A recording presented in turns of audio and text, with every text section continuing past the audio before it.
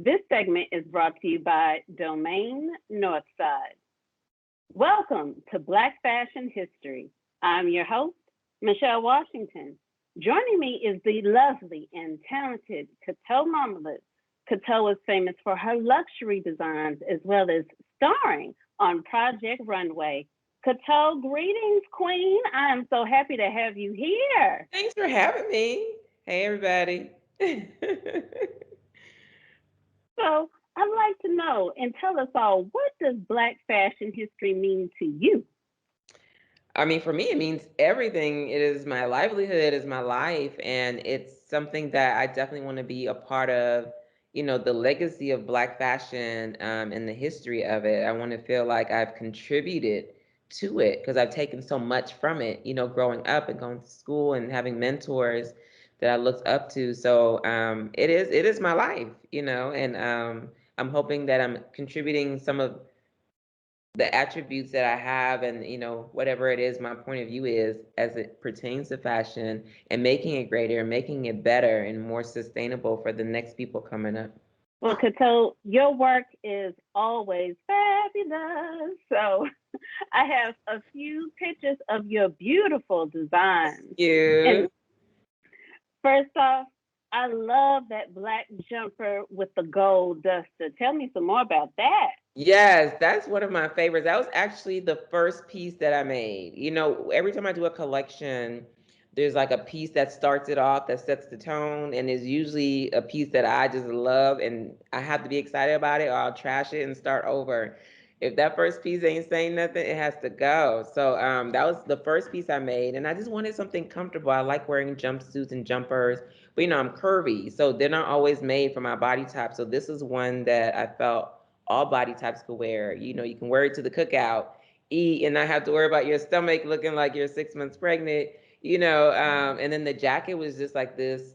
I call them kind of like I wear statement necklaces, statement jackets. Sometimes you just have to have that one jacket you can wear with jeans or whatever you throw it over is just going to be the star, and everything else is the supporting actresses and actors. So that's definitely one of the pieces that I love. And the coloring, I love gold and copper on our skin tones, so I'm always attracted to that. I'm glad you said curves because I need something to fit my curves or Yes, soften them as well. But the white set, the yes. top, the bottom, it is giving me life. Tell us Thank more about you. that. Thank you. Every collection, I also give an ode to us itty bitty, upper society girls. Because we don't always have to wear, undergarments up here all the time. So that was definitely a tribute to that. And just wanting something like, we always have these white parties and places to go, but it's always the same outfit I find. So I just wanted to create something that would kind of shake that up a bit and break it up. It's actually one piece and it gives the illusion of a two piece. And I love an outfit that, keeps giving. That's one thing I learned from Michael Kors. When you have your fashion show, you have to give outfits that keep giving and giving. And that's what the consumer thinks about. How many times can I wear this? How many times can I recreate it? I'm loving that orange ensemble with the blue batik print duster. Yes. Well, I love color. Color is always something. And then when I did this collection, it was for Women Grow. So we wanted to make athleisure outfits, but I'm always a little extra.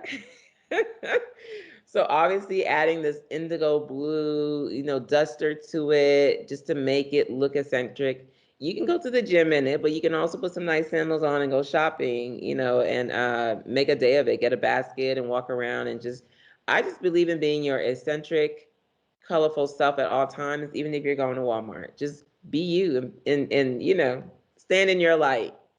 Well, Cato, it's said that we stand on the shoulders of giants. So, which black fashion designer inspired you?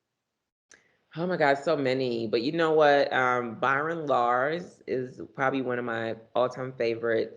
When I was in design school, I used to work at a fabric store, and I remember going through like the pattern books, and he was in there, and it was so amazing to me. I'm like, oh my God, he looks like me. You know what I mean? And he went to Parsons and FIT, which were schools that I was aiming to go as well.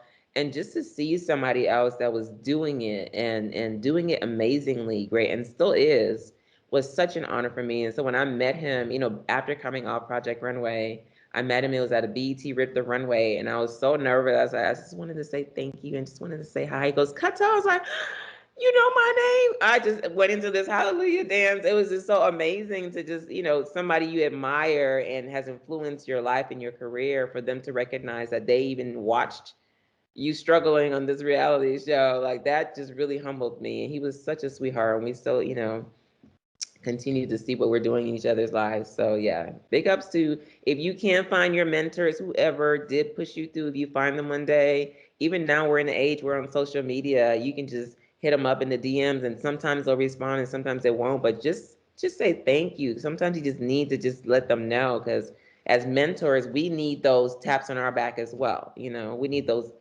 push to keep going.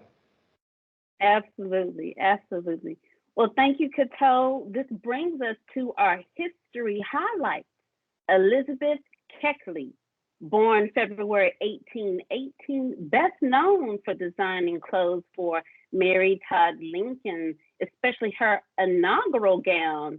And soon after she designed most of her wardrobe, she also became her confidant.